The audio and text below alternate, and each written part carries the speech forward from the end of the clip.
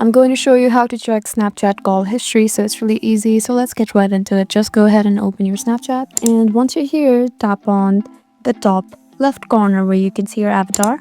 And once you're here, look at the gear icon on the right corner too. And once you're here, scroll all the way down till you find the option of My Data right under Made for Me panel. And once you tap here, then now make sure that you have turned on chat history on. So through here, all of your chat history and talk history and call history would be able to download. So just choose the things you want to see, and once you've done so, tap on next and tap on what data exactly you want to export or the specific date, and in this way you would be able to access or check your Snapchat call history. I hope this video was helpful for you. Please subscribe to our channel if you want more helpful tutorials like these, and leave a comment down below to let us know what sort of videos that you would like. Thank you for watching.